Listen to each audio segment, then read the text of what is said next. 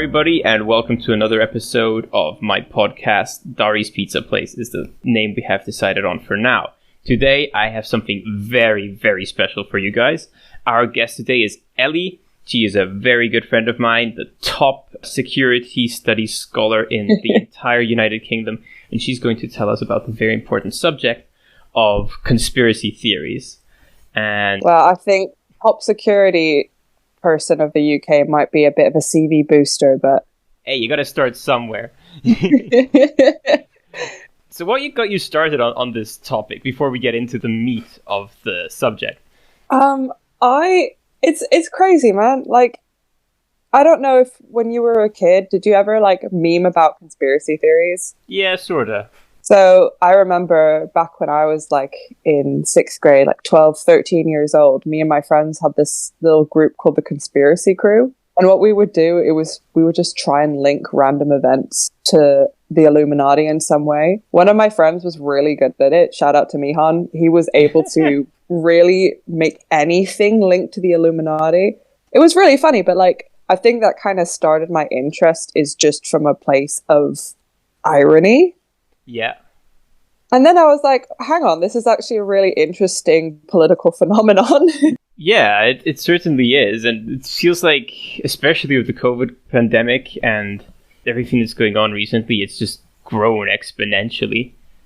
Well, yeah, that's actually how I wanted to start this off. Are you familiar at all with the Zurich Schwurblini?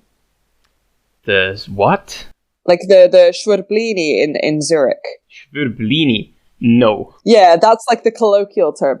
He's this guy. Are they the people with the big bells and shit? No, it's this guy with a massive hat made out of cardboard.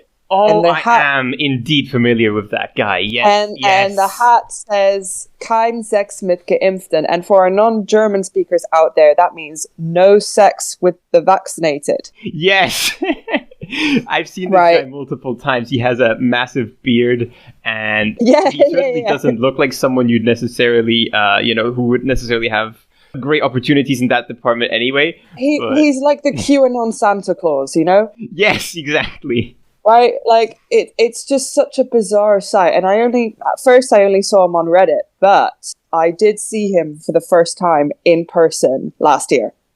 Yeah, I felt like I'd seen a celebrity. I kind of wanted to open with our experiences of seeing COVID-19 conspiracy theorists on the street, because I have accidentally run into Jeremy Corbyn's brother, Piers Corbyn, many times. And I don't know if you know at all, but he is a massive COVID conspiracy theorist. Oh, wow. And the first time I saw him on the street, I genuinely just thought he was a nutcase. Until I saw him in the news a couple of days later, because he took a bribe. Like this YouTuber went undercover and offered him £10,000 to stop spouting anti-vax stuff, and he accepted it. He accepted it? And yeah, and obviously he was exposed, and everyone was like, "What?" And I just remember seeing that and going, "Oh, what's the policy on swearing on this podcast?" We do it. We do it. Okay, so I remember seeing this guy going, "What the? That's the crackhead I saw on Borough High Street." My second favorite memory about COVID anti-vax sort of like conspiracy theorists is this one time I was at Waterloo Station, and I was just leaving the station, and there was a guy with a t-shirt that said "COVID equals bioweapon," and then he took a massive rip of a vape. And I was standing there in absolute shock and awe, like, wow. Who is the bioweapon here? I'm not sure. I know. Like, I love, you're on your little blueberry flavored cancer stick, but it's the vaccine we need to be worried about. Yeah, for sure. Yeah, so, anti-vax conspiracy theories are really big in Switzerland, I'd say.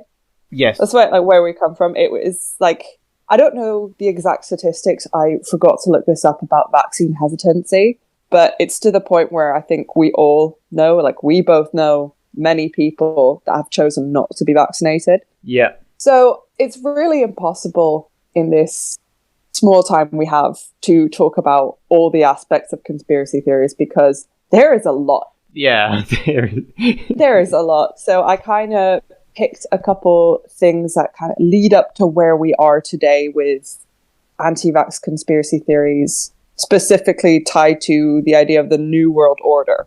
Oh, yeah. And the Great Replacement, right? Yep, I've heard quite a bit about it.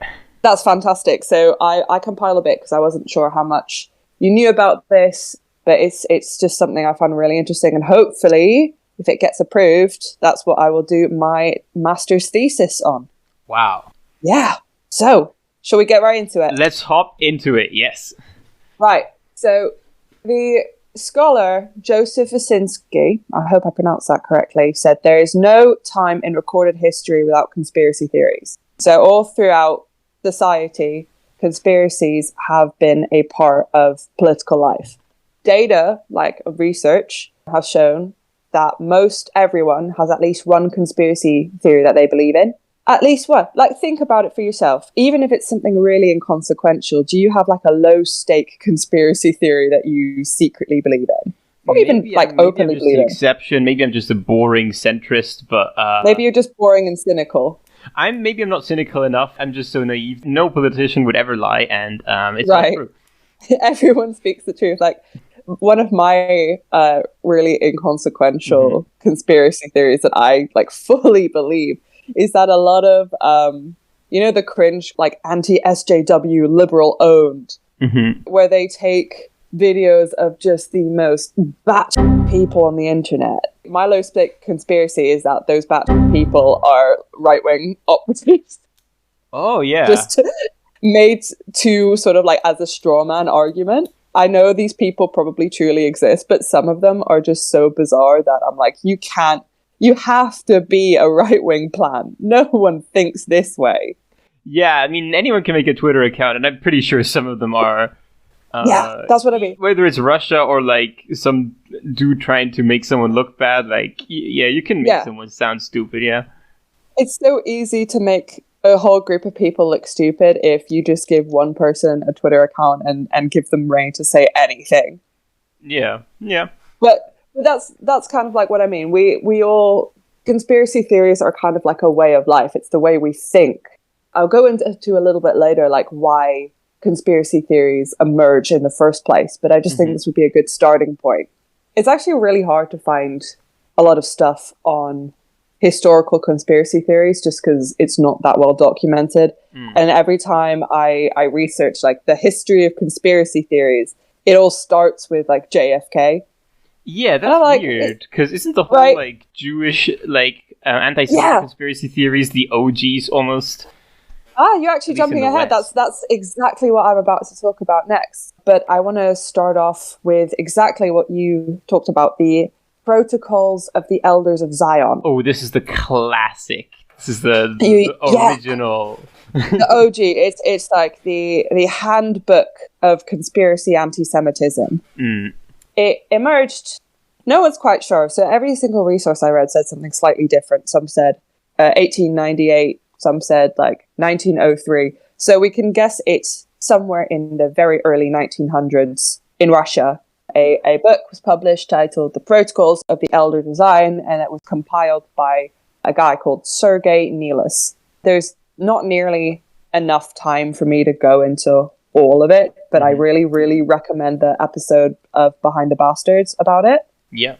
So the episode is The Conspiracy to Begin All Conspiracies. It's really good. Absolutely recommend it. I have also listened to it. Yeah, so that's fabulous. So the book it claims to be secret reports gathered from super secret Zionist meetings in Zurich, including in Basel, in Switzerland. There were not so secret Zionist meetings in Basel, of course, but I guess no one cared about the protocols from those ones. No. So they described a plan to dominate the world, erase Christianity, force everyone to be socialist and secular and, horrible. It's horse. It's fake. It's a hoax. It's complete horse. But it is the foundations of the New World Order conspiracy. Like, if you look at a lot of the rhetoric that's used in the New World Order, a lot of it sort of parrots things from the Elders of Zion.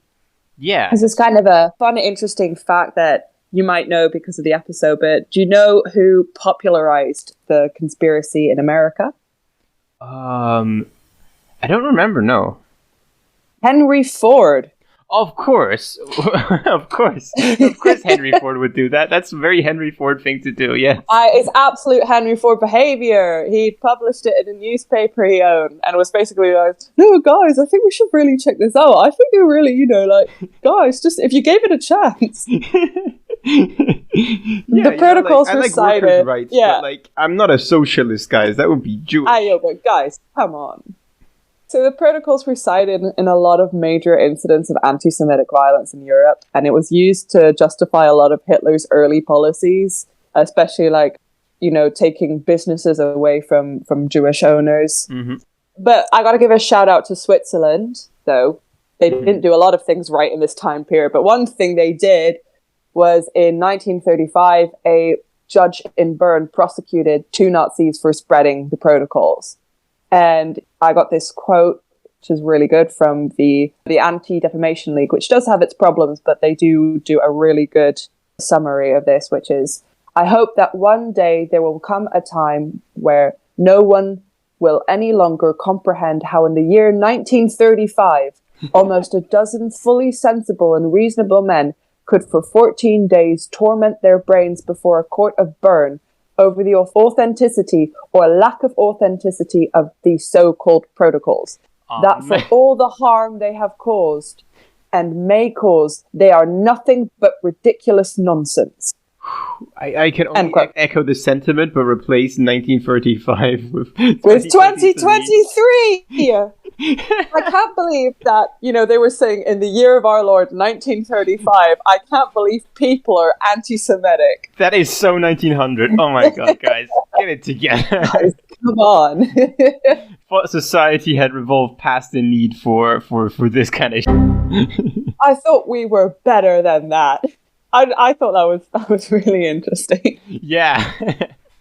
So most modern far-right conspiracies have anti-Semitic undertones, even if not explicit. So one chapter I read by Boydford says that anti-Semitic conspiracies have little to no relation to the local Jewish population of a place.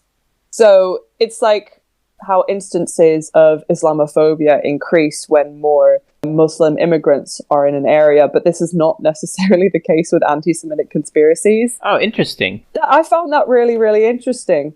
It's like you don't have to have experience with the community. It's more like an idea. Yeah, I think that's that kind of goes well with what I've heard from a lot of these things, where the people don't seem to have anything against individual Jews, but for some reason that is the group that they're latching onto. And it's rather strange to me in that way. Right. It's not the people, it's a concept, right? It's a scapegoat. It's pinning all the problems, all the grievances of society on a group. And a lot of conspiratorial rhetoric mirrors the claims of the protocols, but it just doesn't tie it to the Jewish community like the protocols does, right? Yeah, so, or you replace it with words like, the globalist, the elite. Globalist, financial elite or something like that. The elites, the Rockefeller Foundation and Soros, who is coincidentally Jewish. Yeah. But it's like, you bring that up and it's like, no, it's not because they're Jewish. But the thing is, the conspiracy was invented by people who wanted to get their anti-Semitic bullshit out, but not make it sound it's Nazi stuff, because that's a great way to get people to not listen to you anymore. It's not always that the theorist or the theory is from a Nazi. So a lot of books written by people like David Icke. Mm-hmm. They're famous guy. Well, he's an anti-Semite. David Icke's a bad example because he's just an anti-Semite. But there are other works where they don't necessarily say the word the Jewish population, but they quote and they reference famous anti-Semites as sort of like evidence. I kind of want to move on a little bit to the idea of the New World Order and how it kind of leads into a lot of conspiracies today.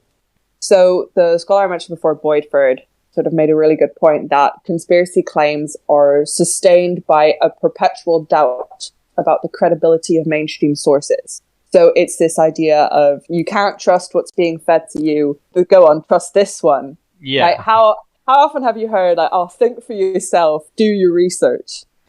Yeah, very often. And it's rather odd because I find it somewhat difficult to understand why a random person on the internet is more trustworthy than, like, medical professionals or the government. In the context of these conspiracy theories. Like, why would you believe that over, like, what the CDC says? Yeah, it's like, but then they say, like, well, why is your source any more less credible than mine? And I'm like, well, it's kind of just the structure of most integrity and rigor and empiricism. Yeah. Yeah, it just frustrates me because, like, even people I know that aren't anti-vax kind of take this devil's advocate stance of like, well, you know, how do you know that they're not lying to you? And I'm like, well, we don't, but I trust, you know, cdc.gov a little bit more than I trust vaccines give you dumber. Yeah, exactly. Yeah, it's because, yeah, I guess, of course, that is a question that you can't really answer other than saying, oh, because I trust them, unless you are yourself involved in the research, in which case you're part of the insider of the elite group and anything you say is not to be trusted anyway. It's sort of an impossible... It's an impossible task. It's very cleverly designed in that sense, because it is impossible to disprove a conspiracy theorist unless they make the great mistake of, like, setting a specific date for something to happen. And it then doesn't occur. Yeah. I just listened to an episode by the last podcast on the left. Mm-hmm. Brilliant show. They did an episode a little while back on the Book of Revelations from the New Testament. Yeah, millenarian beliefs are a fascinating thing there. Yeah, so it kind of talks about how the concept of, like, the rapture and the apocalypse are a little bit more modern interpretations of the book. Yeah. So much so that, don't quote me on the date, I believe it was in the late 1800s or early 1900s, the Great Disappointment. Yeah, everyone was, you're familiar. Everyone was expecting the rapture, and then, it's not here. And that ended up splitting multiple religious organizations into pieces. And that has happened all over again. Yeah, like Jehovah's Witnesses, I think, emerged from that, where they had their own structure where they're like, we are the last generation, we will experience the end of the world. They said that in the 1900s, but then it didn't happen. So they were like, okay, the children of those people, or people who are alive at the same time, will be the last generation. And now those people are all dying off, and they're probably going to have to extend the deadline further, which I found really funny, because you just see them extending the deadline, like, you know, me trying to write a term paper. And it just keeps going. Yeah, but what I find great is that the Book of Revelations, whether the guy was, like, you know, high on mushrooms or anything, they did have a very, very clever part in it, which is that no man knows the day. Right? Exactly. No, and that's what the was it in 2012? The old guy with the ministry. Yeah. I think it was 2012, who, you know, predicted the end of the world. It failed. It didn't happen. And then he predicted it again, and then it didn't come. And then he was like, oopsie. Yeah, and I think that is so hilarious, because these supposedly extremely dedicated Christians seem to not understand that the Bible specifically says it's pointless to try to figure out when it's going to happen. You know, maybe just try to be a good person every day instead of, like... Yeah, do your best. And I love that there's an explicit warning in there. Maybe the authors of the Bible got so tired of people trying to figure out when it would happen that they wrote that in there, like, just stop. Well, people thought the Black Death was the sign of the end times. In the same way that I think, you know, some religious sects believed that COVID was a sign of the end times. Yeah, and they have all these, like, I think it was this Irish priest called Farby who came up with a lot of the predictions surrounding the raptures, which I also got from a great podcast called In Our Time. And he essentially, the weird thing is he predicted a lot of, or if you squint at it, a lot of events from the 20th century. And so a lot of what he was saying about the rapture and the things that would happen before it did in fact happen. And so a lot of, especially American evangelicals, took all that on and took it as gospel proof. And especially in, I think, the early 2000s and 2010s, that was a huge thing, that the rapture was coming any moment, and that Obama was the Antichrist because... something like that. Yeah. Yeah. I don't know if you remember, but I remember specifically in 2012 being in primary school, and everyone's like, well, world's going to end. And we were just like, lol. Yeah, I was quite scared about that because I was a 11-year-old and didn't know anything about the world. You're like, oh my god, the Mayan calendar! And it's like, yeah, man, at some point the guy's gonna get lazy and not write any more calendar. Yeah, bro. It's like Y2K, bro, just ran out of space. Yeah, then everyone's waiting for it, and then it's like, oh man, not happened. But there is something, I think, in humans that likes the idea that they will be the last generation. Like, no one ever predicts the apocalypse to be, like, in, like, 1,000 years. Yeah. It's always, like, in your lifetime. Yeah. Unless you're the Mayans. Unless you're the Mayans, in which case you have the humility to just stop writing it in 2012 because the next guy can keep writing at that point. Yeah. And I think there's something like narcissistic about it, maybe perhaps to some extent. Absolutely. Like, you want to be there for the end of the world. You want to, but that kind of ties it back to this idea of conspiracy theorists. Like, you want to know the supreme truth. Yeah. You want to be the one holding this knowledge that no one else does. You know the truth, and everyone else are just liberal sheeple. Yeah, and especially it makes you sort of if you have a very boring life, and suddenly, you're in on this big secret. You're the main character in the movie. You know what's going to happen, and you know how the future will develop and everything. Yeah. And these, like, horrible secrets of all the powerful people, which makes you, who is perhaps very much not powerful, feel better about yourself and have a sense of agency. Well, yeah, that's kind of like the core of New World Order theory, right? You're just a little guy, and the international system, the government is all conspiring against you, right? Because New World Order theory is nothing new. It's been pretty consistent over the past couple decades. Yeah, can we hash quickly what the actual content of the idea is? What's the lore? The lore is just, in short, because again, this is very complicated. Yeah, it just piles on and on and on. But yeah, let's is groups of international elites looking to establish a system in which it sort of like exploits the small guy, and a lot of them have been like entangled with other theories. So evangelicals say, it's the Antichrist, the Satanists. QAnon are like, it's the people drinking blood and harvesting adrenochrome and the pedophiles. Yeah. People with the Great Reset are like, it's mind control. It's harvesting on a lot of fears about the international system and how international politics actually work. And as someone that studies it, and I think you'll find it quite similar, as a student of international relations, that's what I did my bachelor's degree in. A lot of what I learned about the international systems is the practical historical stuff and the emergence of the institutions. Like, there's nothing mystical about them.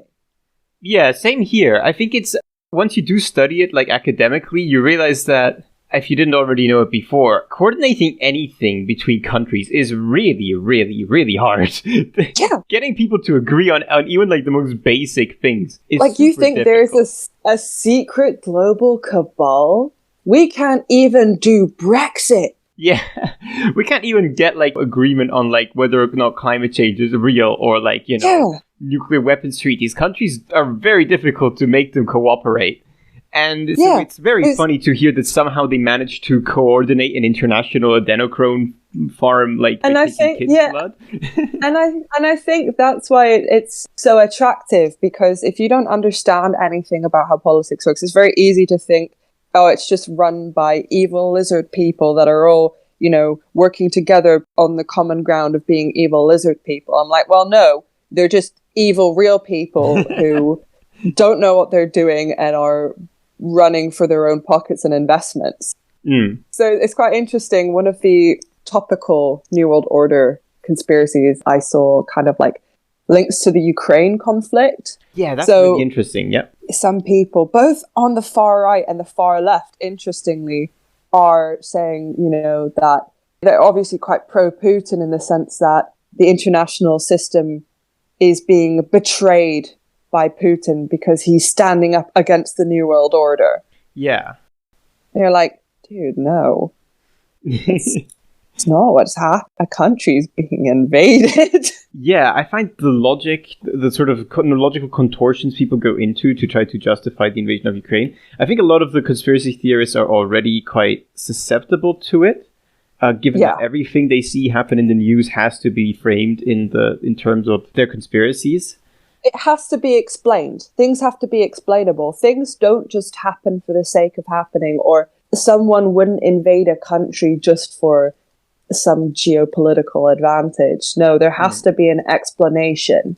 And especially that explanation has to link to sort of a global trend or to a global conspiracy of sorts, because of course there are explanations.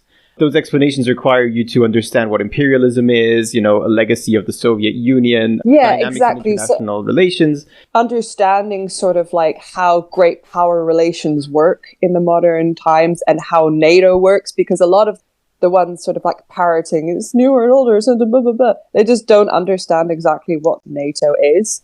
Yeah. I'm not exactly pro-NATO, I'm not pro-militarism, and I'm not pro-imperialism, but I think it's insane that people are like, well, NATO's bad and maybe Putin's justified for it. I'm like, bro, no. Yeah. What I find fascinating, especially in that regard, is that many people are ready to accept the idea that NATO expansion is somehow provocation towards Russia, given that NATO is a defensive alliance and that the countries that were formerly in the Soviet Union that eventually joined NATO were begging to join NATO. Yeah. It was not America coming in like, you are now part of it. America, most of the defense establishment was like, we don't want to defend more countries in Eastern Europe. We already have too much to do. This is a waste of resources. We shouldn't let them in. And then it was the politicians who decided. So, political scientist John Mearsheimer wrote... classic, yes. You read it, right? I believe it's a bit of a bad take. Yeah. And I'm just a postgrad student. I have no experience in the field. It would be very naive of me to point at someone with a lot of experience and be like, that's actually a bad take. But I'll say it. It's a bad take. I think in his case, it is a bad take. Like, the stuff he says is very much a sort of realist standpoint that, like, maybe Bismarck would have been like, wow, that's so smart, but doesn't have any place post-1945. It's in the... sort of like with Waltz and other realist perspectives on power relations. I just think it's a bad take. I'm not a big fan. But, it is still important to read it and to understand what other opinions exist about this, even if they are wrong. Mm.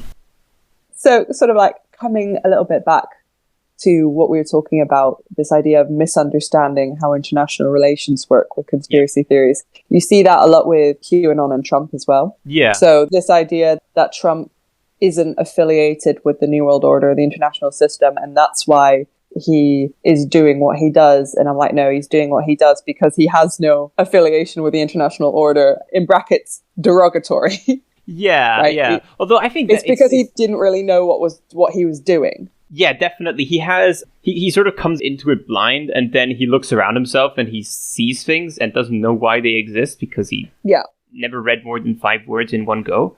And then he starts making policies that are sort of, not particularly reasonable in the context of history. But of course, history only matters insofar to these people as you can blame Jewish people for everything, or the globalists, or whatever the current thing you want to blame is. Yeah, so it's like that's part of QAnon's core beliefs is that there's an evil cabal, right? Mm-hmm. And the reason they love Trump so much is because he's not seen as part of the cabal. He's just seen as an average American, ignoring the fact of his extreme wealth. Yeah, privilege, all the things that he's had very much handed to him. A small loan, $1 million, like I just find that really interesting. They look at Trump and I'm like, now that's the average American. Yeah, I think there was one point that I once heard made about Trump, which is that he's sort of a poor person's imagination of what a rich person would be like. In the sense that he has the golden toilets and, all this ostentatious, putting your name on everything. Like an actual, like old money elite wouldn't do that because that's a great way to get the taxman to actually look at what you're doing. But of course, if you suddenly win the lottery, that is exactly what you do. Hell yeah, you get the golden toilet. Yeah. And so he's sort of sympathetic in that way because he has no taste. He has no sense of style or anything. Yeah. There's a really good book that I recommended to you already. I think it's called The Storm is Upon Us or The Storm is Coming. Yeah, The Storm is Coming, and it's by Mike Rothschild. No affiliation to the Rothschild family.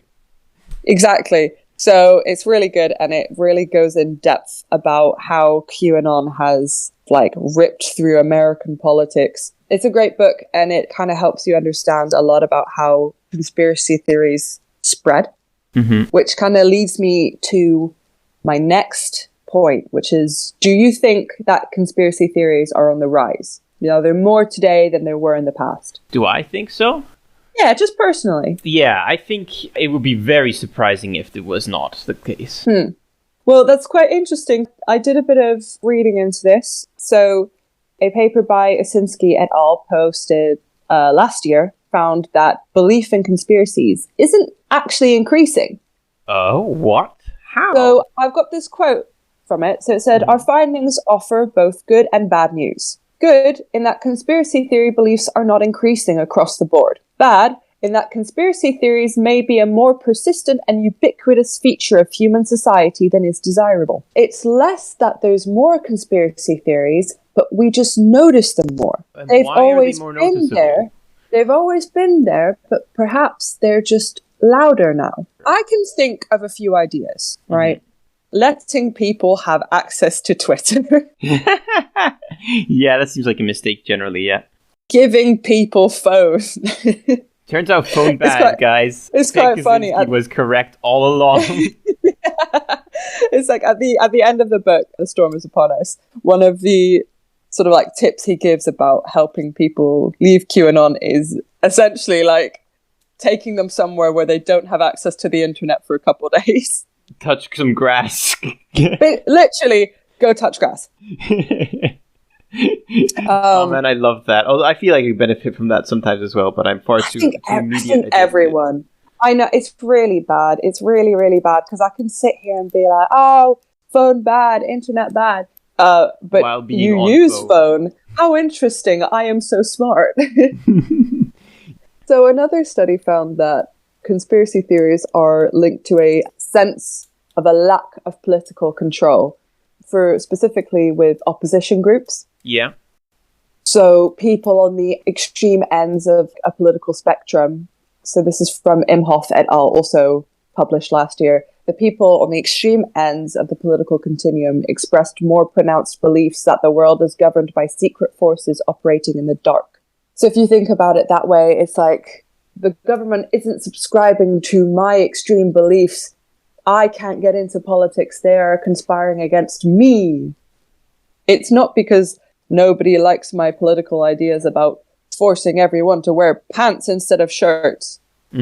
Right? It's quite interesting looking at it in that way. And I think that explains quite a bit about what happened on January 6th in the US and also in Brazil this year. Yeah, talk a bit more about Brazil, because that seems to me to be a very weirdly blatant ripoff of January 6th in America, and it's confusing. Brazil saw that January 6th failed. Why did they do it?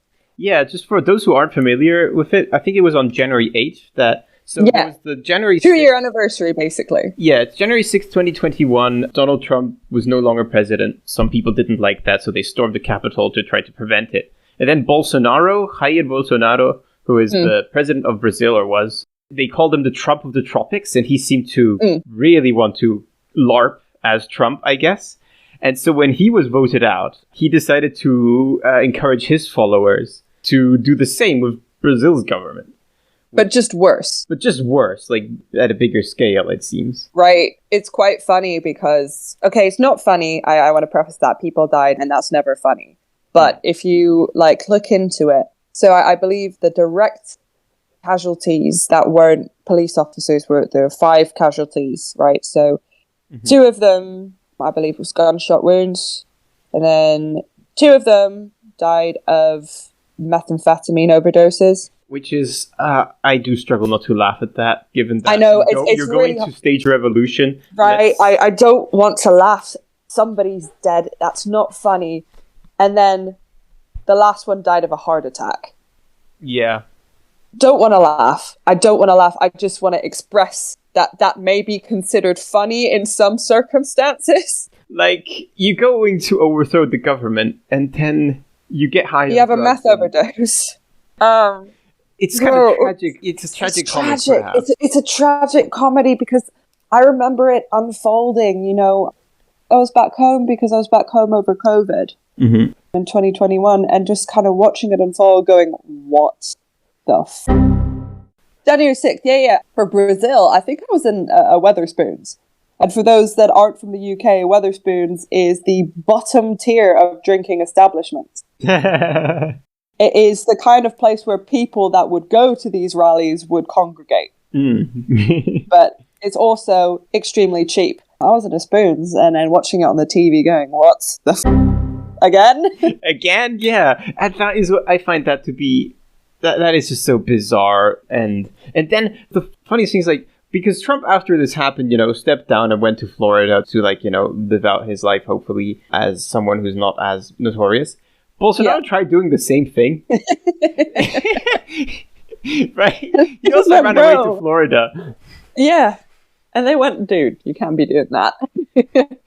But it's quite interesting because we're looking at back to conspiracy theories in the mainstream. A lot of Americans didn't know what QAnon was until January 6th. Mm-hmm. I would believe, because that's their first time seeing it on TV, people with the Q flags. Yeah. The don't tread on me and the works. Do you know if we ever found out who Q was? Or can we get some more context on QAnon in case some people have been living under a rock?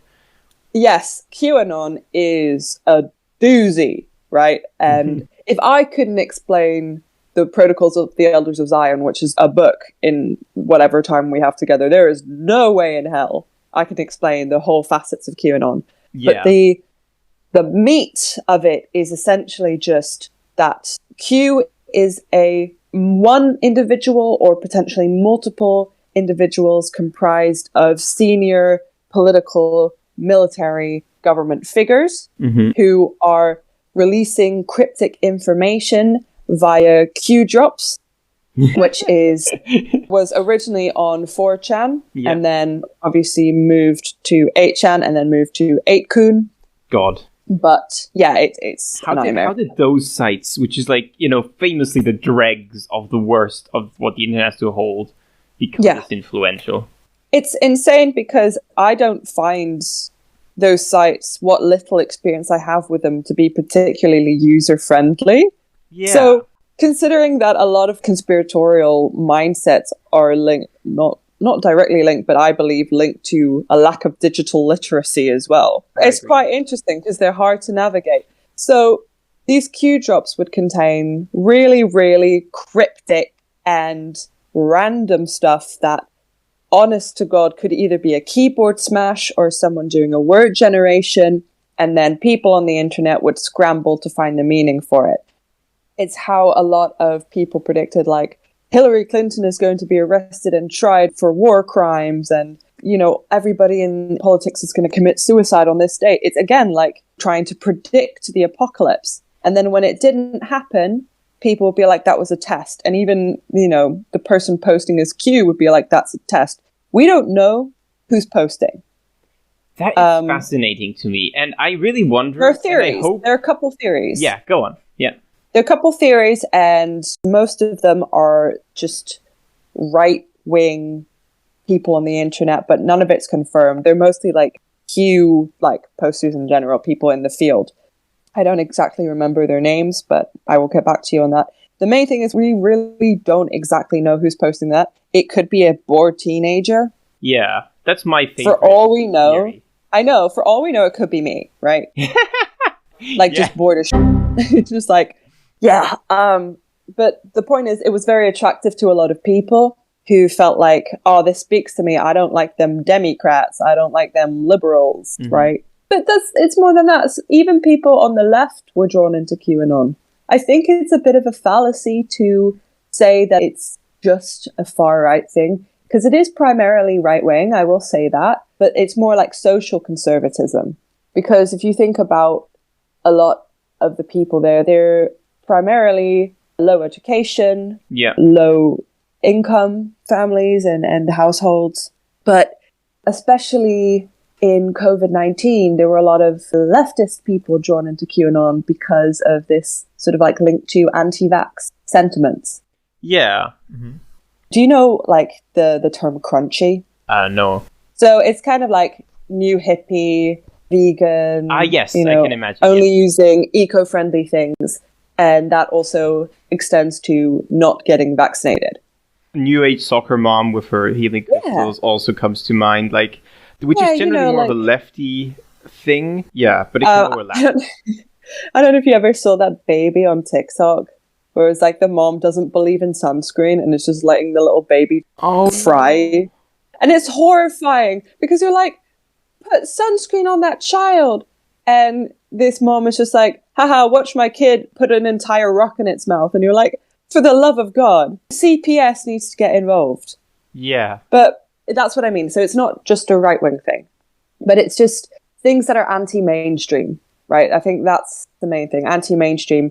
Another interesting one by Hornsey et al. Says that conspiratorial mindsets and theories are linked to a country's poor economic performance. Mm-hmm. But I'm not so sure about that one. I think obviously there is evidence to show that, but, you know, I think America is an interesting example of that because it is a country that is economically interesting, but not necessarily in shambles. Yeah, I would agree with that. Also, I think that in Switzerland during the pandemic, I don't know comparatively, but it seemed to me that there was a very large sort of support for these weirder ideas. Do you remember all the like anti-5G stuff? Yeah, they're like stickers everywhere. Even in our little town, for reference, we both live in the same town in Switzerland. That's how we know each other. Yeah. And in our little town, all the like stop 5G graffiti, and you're just like, what? Yeah. And I think that's again this idea of the unknown. If you don't understand something, of course you're going to be scared by it. And it makes me think a bit about 9/11 conspiracies, you know, like, Darius, tell me, can jet fuel melt steel beams? No, it cannot, but it can weaken them to a point that they can no longer support a large concrete building. There you go. And also, the structure of the Twin Towers also affected that. I watched a really interesting documentary about the engineering of the Twin Towers and how that led to certain aspects of the collapse and how it collapsed the way it does. But again, people that don't understand that don't know that. Yeah. And in the same way that people who don't understand what 5G is, people who don't understand what spike proteins are going to be scared by it. Yeah. Conspiracies are real, right? So what's the difference between a conspiracy and a conspiracy theory? Because there have been many conspiracies that are true. Mm-hmm. Like if you look back in history, even like recent history, like the Iraq invasion in 2003, that sounds fake as shit on the surface level, right? Invading a country for bad intelligence because they've got weapons of mass destruction so that they can overtake the political system for their own gain for oil, right? Like in another world, if we were in a different universe where capitalism didn't exist, someone would be like, you're crazy. Yeah. But that did happen. Or like Iran-Contra. I think those are a lot of the prime examples of like conspiracies to intervene in some of these countries. Or like Watergate, right? Intervention, like conspiracies are just things that happen covertly. Yeah. I think the definition of conspiracy is when groups of people meet covertly to do something. That's not necessarily always a malicious thing. Yeah, you know, like I could throw a secret surprise party for my friends. And technically, when you're planning that party, it is a conspiracy. Mm-hmm. Committing conspiracy to commit party. Well, it's like a conspiracy. I was about to say, like, you have the charge conspiracy to commit murder, and that's just a plan, right? Yeah. So when does a conspiracy become a conspiracy theory? This is kind of antithetical to all the massive rant I went on earlier about how crazy people are, but it is very easy to dismiss things by calling them conspiracy theories. Some of them really are quite outlandish and bizarre to us, but like so many things that are politically charged, it's really easy to just brush something off that just doesn't fit with your own mindset. Yeah. And then also confirm things that does fit in it, even if it isn't. Yeah, it's like a selection bias. Like, why is my low-stake conspiracy theory about anti-SJW cringe posts, you know, the source material comes from right-wing operatives? Like, why is that any more crazy than, you know, there's a microchip in the vaccine? Well, I would say people's lives are at stake, but, you know, somebody could make that argument. Yeah, or perhaps you could say that, you know, when swastikas are seen at Trump rallies, that is leftists trying to make him look bad. You know, You could flip it either way. Well, that's interesting because that's what a lot of Q drops did when people committed violence in the name of QAnon. I don't exactly remember which post it was or what interpretation of the post it was, but it was basically like, this is not a true believer of Q. This is a government this is an operative trying to make Q look bad. Oh, okay. So this is a classic way to get easily out of it. Right, it's like a thought-terminating cliche, which is a concept that comes a lot in the study of cults, but also conspiracy theories. And it's basically the phrase, that's what they want you to think. Stops all conversation, stops all thought. There's nothing that you can do. Yeah. So a lot of my interests in my personal research, especially for my thesis, is about grievances. Like, why does QAnon or the New World Order theory or JFK was a two-man job speak to so many people? And it's interesting because you have to really look at what is being targeted. And it's like radicalization studies. So especially in my undergrad, I did a lot of work looking into online radicalization. Mm-hmm. And a lot of the times, if you look at it as filling a social hole. Yeah. A lack of community, right? I find that to be likely a very, very strong driver. And, here you can get the Ted Kaczynski Industrial Revolution bad in, but you do have an atomized society where individualism is, much more important, but also humans aren't evolved to be individuals under capitalism that work only for themselves and only choose their own community, because sometimes there is no community to choose or not easily accessible, or, or it's just easier to go on phone and find people who agree with you and then form a community around that, especially when I think communities that are under attack, tend to be the strongest. And so no wonder that people who feel that they are being oppressed or lied to or anything would form the most radical groupings in a way. Something interesting I read about vaccine hesitancy among African Americans. Mm-hmm. Yeah. I can't help but be sympathetic in a way that I'm not with vaccine hesitancy in other groups. Yeah. Because I completely understand, right? This is not something that is unfounded. This is not something... has like in the past... Tuskegee, right? Exactly, the syphilis experiments. I would understand why there would be fear. So it's really looking at that, like why people lean towards that, not just what it is, but really on an individual level. Mm. I found this thing on the European Commission, if we're talking about the role of conspiracy theories on society. The European Commission kind of puts 3 main reasons why they can be damaging to public policy. So these are direct quotes. So they identify an enemy in a secret plot that threatens people's lives or beliefs and spark a defense mechanism which can fuel discrimination, justify hate crimes, and be exploited by violent extremist groups. Yeah. They spread mistrust in public institutions, which can lead to political apathy or radicalization. And they spread mistrust in scientific and medical information, which can have serious consequences.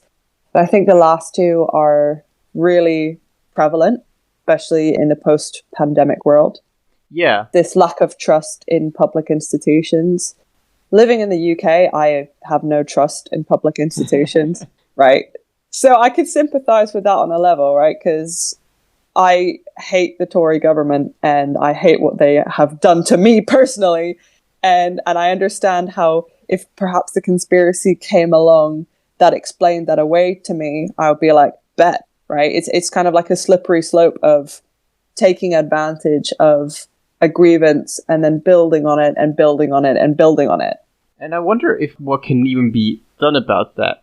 Well, because for me, I don't think I'm very susceptible to conspiracy theories generally because I am privileged enough to live in a place where I have very, very high trust in public institutions, and I would find it very difficult to imagine such conspiracies existing, perhaps also because I, studied Swiss politics at university several times.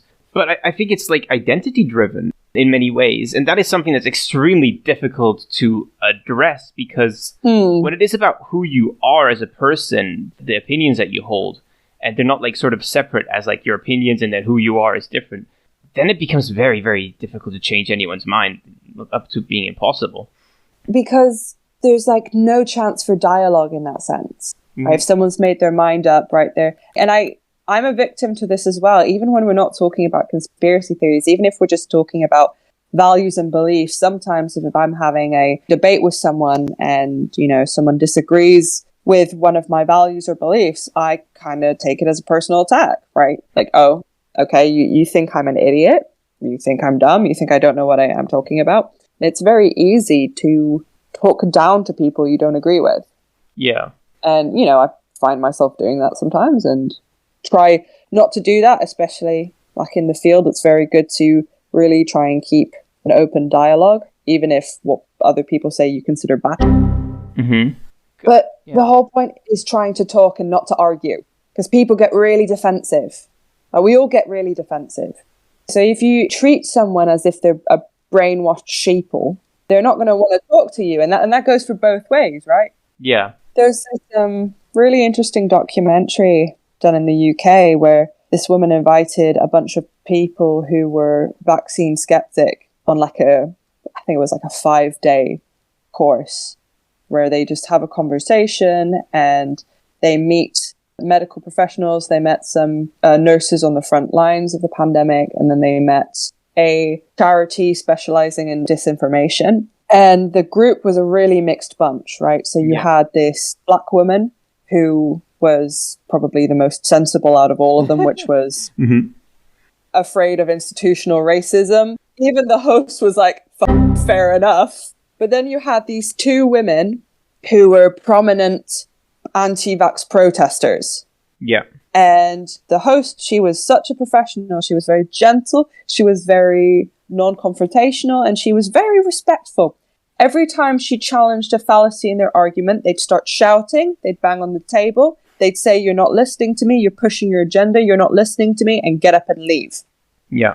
That was what really got me, because it's not an attack always. Sometimes you should be able to challenge something without someone flipping the table and go, you. I think that's part of being like a grown-up. Although I don't get into arguments with people often because, you know, maybe it's a sort of echo chamber, or I just, you know, don't like to talk about these things. But sometimes when I do, I feel like my heart rate go up and like the adrenaline pump when get a bit nervous. Something that I feel strongly about. And I find that is just a problem with humans and like biology to some extent. Like it's very difficult to make humans have a civilized exchange. My worst part is like when I'm having a heated debate, I stutter and I stumble, and that is the worst. I think. Oh yeah, then you're lost. Especially if the other person's like an absolute asshole, they'll just pick up on that and they'll fluster you and they'll take advantage of the fact that you're just stumbling and stuttering. And I'm like, please, sir, I have ADHD. I'm really struggling here. Yeah, and it's.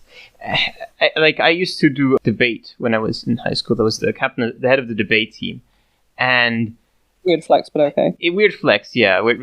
Perhaps I wasn't very good at it. I'll be honest, or at least not that good at leading anything. But the point I'm trying to make is that when you're debating, you're usually given the side that you represent without getting a choice over it. And when you're good at it, you will. The whole debates are always in bad faith in that sense. Like you know the tricks, you know how to get people to. You know, sort of go along with what you're saying. And that's a it's a really good point. It's this idea of in bad faith. And I used to struggle with that in debate, and especially like, you might not entirely agree with me on this. As a woman, I feel like people take advantage of that fact as well, because I'm not naturally as loud. I found myself being talked over by men a lot when I was in debate. Yeah, I couldn't handle it. I do a lot in this interview, but the problem is that my microphone input is much quieter than yours. So when I try to talk over you, it doesn't work. No. For the record, you've never made me feel like that when we've had arguments. Or not arguments, but debate. Because also, I think we're close enough that I could stop you and be like, bro. Yeah. But it's true. Yeah. Like, I remember when I was doing the debate club, it was rather small. There was like, I think 2 girls and 2 guys, and then me trying to get the whole thing together.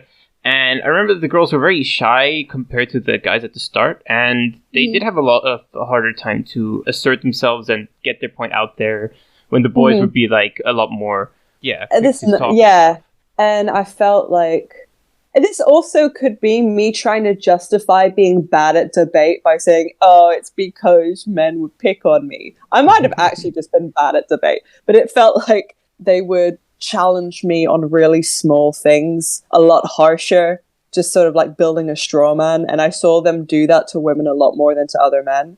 But as I said, that might just be because I was bad at debate. Yeah, I think that's probably part of it. But I think also it's a reason why... I mean, I was very happy that I had that group of people in the debate club, because I think I saw them over time get a lot more confident and a lot more able to hold their own, and less tolerant also of some of the bullshit that people were trying to pull. And in a way, that was quite, I guess, also inspiring to see people grow like that. And I think it's an important skill to have, to be able to debate and hold your own, even if it is difficult to actually make it good faith and get something out of it for all sides, if not everyone is open-minded. Yeah. I think this ties it back really well to, like, how do you get someone out of a conspiracy mindset? And that's it. It's this notion of good faith. People need to be on the same page and willing to talk about it. That was a really big point brought up in the QAnon book at the very end, which is that person needs to have a want to talk. Otherwise, you can't force it. This is, I don't like the term brainwashing. I think it's kind of like a bit of a scapegoat of more complex processes that happen. I read a bit about it a while ago. It's in a book called Cultish. It's about the linguistics of cults. Ooh, okay, great book. Yeah. And it talks about how brainwashing is basically just not an academically accepted term, that it's very much used by media and people that don't really understand what's going on. And I think that problem is we treat people like they've been brainwashed, when in reality it's just more, as I said, complex social processes and changing the way you behave, but you're still you at the end of the day. Yeah. Right? You're still that person that you were before you joined. Your natural responses to things have been changed. So it's really one of those cases where all you can do to help someone out is give them resources that may create doubt, but not disprove, because that's an attack. Yeah. And like doubt is the main thing, right? That's what she brought up in the book, Cultish, is you need to have just that one moment where you go, what? Mm-hmm. And for some people, that's one of the doomsday predictions not coming true. Yeah, I think that's one of the biggest mistakes a cult leader or a conspiracy theorist is can prediction. Make. Never give a date. Because if your leader is proven wrong, that's it. Like, you can keep following and keep going, and people do, or that's that, right? And that's the seed of doubt that's been sown. That's what I find quite interesting about QAnon, because lots of people have gotten out, and a lot of them were because Q, whatever they are, kept making predictions that didn't happen, and every time they would write it off as that was a test. How many tests do you need? How many tests do you need until someone goes, bro, all right, we're tired of it? Yeah. That's pretty much the end of what I prepared for you today. Yeah. It's been a really good run. I mean, I did want to ask, like, are there any real conspiracies that you find particularly cool, good, interesting, clever? What do you mean, like, real conspiracies? Like conspiracies that actually happened? If you can think of some off the top of your head that you found, like, were actually pretty... Well, yeah, interesting or something. No, that's a good question. But you know what's funny? I deal so much with like the kind of more crazy conspiracy theories that I can't even think of any real ones right now. Yeah, fair enough. Neither can I, just off the top of my head. But that's definitely a good one to look into, maybe for a future episode. Ooh, yeah, that would certainly be great. I mean, it's been an absolute pleasure talking to you. Oh, thank you very much for having me. So at the end of the episodes, what we usually do is recommendations. You've already done a couple different books. Yeah, absolutely. Different conspiracy theories. And I would just, adding to some of what you've said, like Behind the Bastards is a very good podcast. A bit more an indie one I would also recommend is Well, There's Your Problem, which is also very It's lefty. really good, yeah. Yeah, they have a whole, is it a series or an episode on 9/11? And that one's also quite entertaining. And also sort of inspirational for me to make this podcast. I would recommend The Last Podcast on the Left. If we're just talking podcasts at the moment, that one's very good and also just really funny. I would also, especially for things like conspiracies, stuff they don't want you to know, is kind of like what got me into the field of conspiracy research rather than just looking at it as this strange phenomenon. Okay, yeah, that's really interesting. I should check those out as well because you've given me lots of great recommendations in the past. And yeah, as I said, Would really recommend the book The Storm is Upon Us by Mike Rothschild, and I'm going to get the author of Coldfish because it was a great book. Amanda Montell. That's great. Coldfish by Amanda Montell. Brilliant book. All right. Well, at that point, I want to thank our producer, Konstantina, our guest, Ellie, and I, myself, as always, your host, Darius. Have a nice day, and see you in the next one.